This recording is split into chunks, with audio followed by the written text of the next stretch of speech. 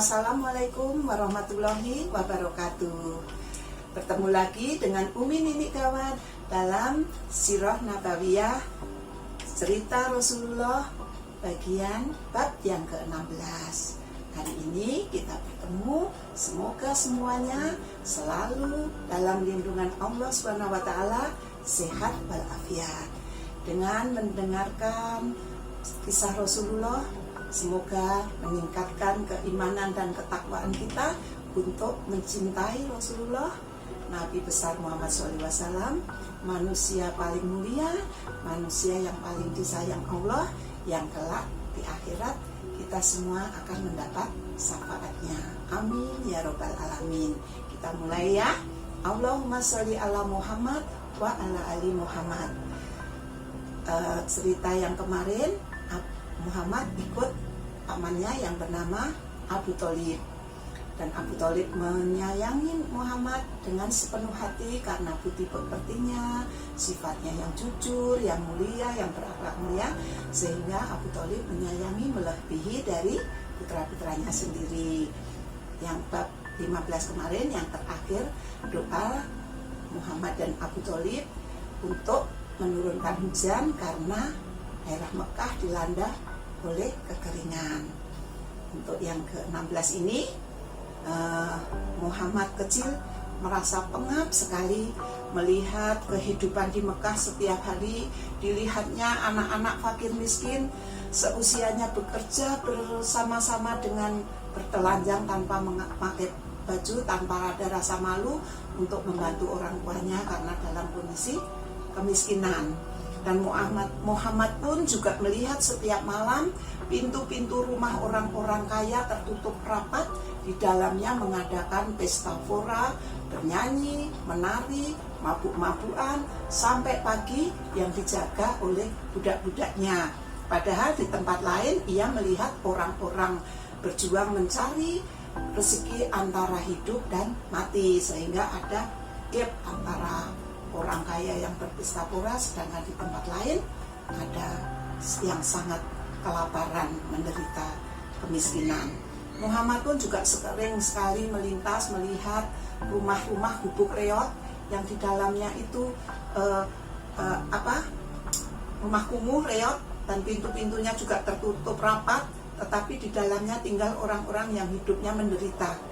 Orang-orang itu jika tidak memiliki bahan makanan untuk esok harinya, anak perempuannya, istrinya, atau ibunya akan digadekan, digadekan kepada orang kaya, dijadikan budak untuk membayar hutang.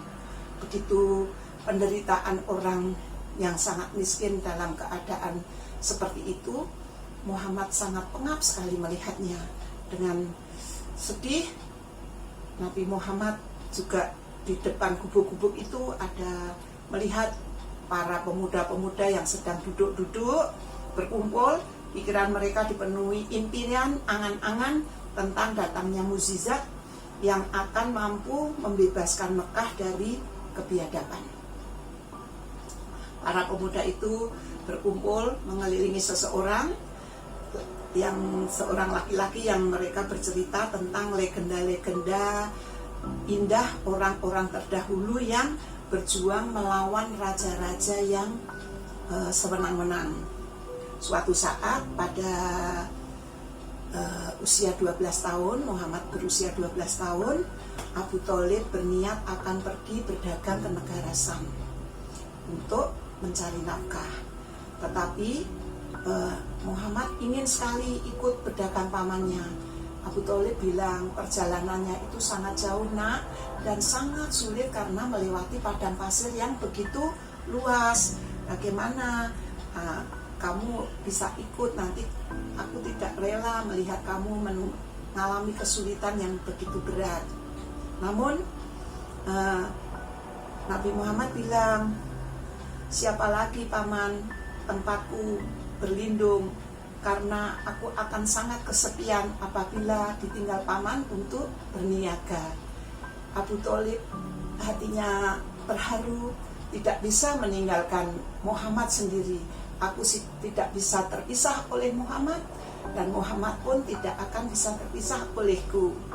Dan aku kepada siapakah paman apabila paman meninggalkan aku berniaga, dan aku seorang diri, dan apabila nanti paman pergi, aku begitu Muhammad menghibah kepada pamannya agar bisa diajak berdagang ke Sam.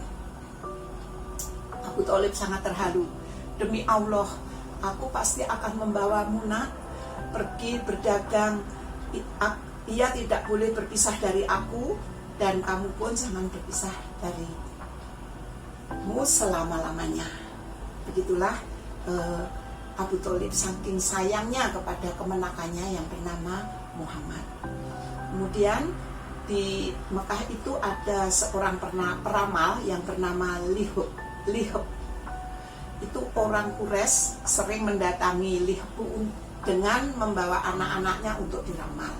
Suatu hari Lihab melihat Muhammad, kemudian kemarilah nak, dipanggillah Muhammad oleh Lihab.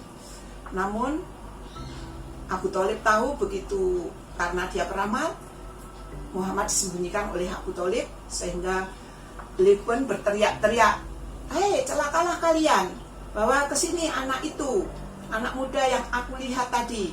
Demi Allah, anak itu akan menjadi orang besar di kemudian hari. Allahumma sholli ala Muhammad wa ala ali Muhammad." Nah, setelah itu Muhammad ikut pamannya berdagang ke Sam. Nah, berangkatlah rombongan kafilah Quraisy menuju ke Sam. Ketika tiba di Busra, mereka melewati rumah pendeta, yaitu rumah ibadah seorang pendeta Nasrani bersama Buhairah. Ia adalah pendeta yang pandai. Di rumah ibadahnya itu selalu ada pendeta dan umat Nasrani yang menuntut ilmu kepadanya. Jadi Buhairah itu adalah pendeta di daerah Busra. Biasanya Buhairah itu tidak pernah menggubris ada ada rombongan Quraisy yang berdagang setiap tahun melewati itu, tidak pernah menggubris. Namun saat ini, pada hari ini, diri Buhairah berubah ketika melihat rombongan Quraisy, rombongannya Abu Thalib tadi dan Muhammad singgah dekat rumah ibadahnya. Buhairah memerintahkan para pembantunya untuk memasak masakan yang banyak. Buhairah berbuat demikian karena begitu melihat dari jendelanya itu ada awan kecil yang mengikuti rombongan Abu Thalib beserta Muhammad. Awan kecil yang selalu mengikuti kemanapun rombongan Abu Thalib dan Muhammad tadi lewat. Maka dari itu kafilah pun yang sedang beristirahat di bawah pepohonan dekat rumah Buhairah tadi, Buhairah bergegas mendatangi kafilah Abu Thalib bersama rombongan tadi yang ada Nabi Muhammad yang sedang beristirahat di bawah pohon. "Hai orang-orang Quraisy, sungguh aku telah menyiapkan makanan untukmu yang banyak sekali, dan kamu saya undang makan ke rumahku, baik kamu orang dewasa, anak kecil, budak, siapapun rombongan yang di sini, saya persilahkan untuk semua makan di rumahku," katanya begitu. Nah, salah seorang dari Quraisy tadi juga terkejut, loh kok begitu ya? Biasanya kan tidak pernah. "Demi Allah, hai Buhairah, alangkah istimewanya engkau berbuat kepada kami hari ini. Padahal tempatmu ini, kami sering sekali melewati tempatmu ini, namun kamu tidak pernah mengundang kami makan." "Engkau benar," jawab Buhairah. "Dulu aku memang seperti yang engkau katakan, tidak pernah mengundang kamu makan. Namun untuk saat ini sangat istimewa bagi aku untuk mengundang kalian makan di rumahku. Tapi harus semua ya, tidak boleh ada yang ketinggalan, kata Buhairah seperti itu. Dengan senang hati rombongan Quraisy tadi pada masuk ke rumah Buhairah untuk memenuhi undangannya. Hanya saja Muhammad tidak ikut karena ia masih kecil. Padahal tadi sudah dibilang oleh Buhairah, kecil, besar, dewasa, tua, suruh masuk semua. Namun Muhammad dianggap masih kecil, tidak masuk karena ditugaskan menjaga perbekalan kafilah tadi. Nah, Abu Thalib itu tadi berniaga ke Sam itu kira-kira tahun 582 Masehi, berangkat ke negeri Sam. Sam saat itu adalah sebuah negeri yang wilayahnya sekarang ini meliputi Syria, Yordania, dan Palestina. Nah, Sam berada di bawah pemerintahan Romawi Timur. Nah, pada hari ini bab yang ke-16 di sini dulu, sampai bertemu untuk bab yang 17 besok ya. Jangan lupa lihat terus, like, subscribe, komen, bagikan. Terima kasih. Apabila ada salah, Umi Nini Gawat menyampaikan, mohon dimaafkan. Billahi taufiq wal hidayah. Wassalamualaikum warahmatullahi wabarakatuh.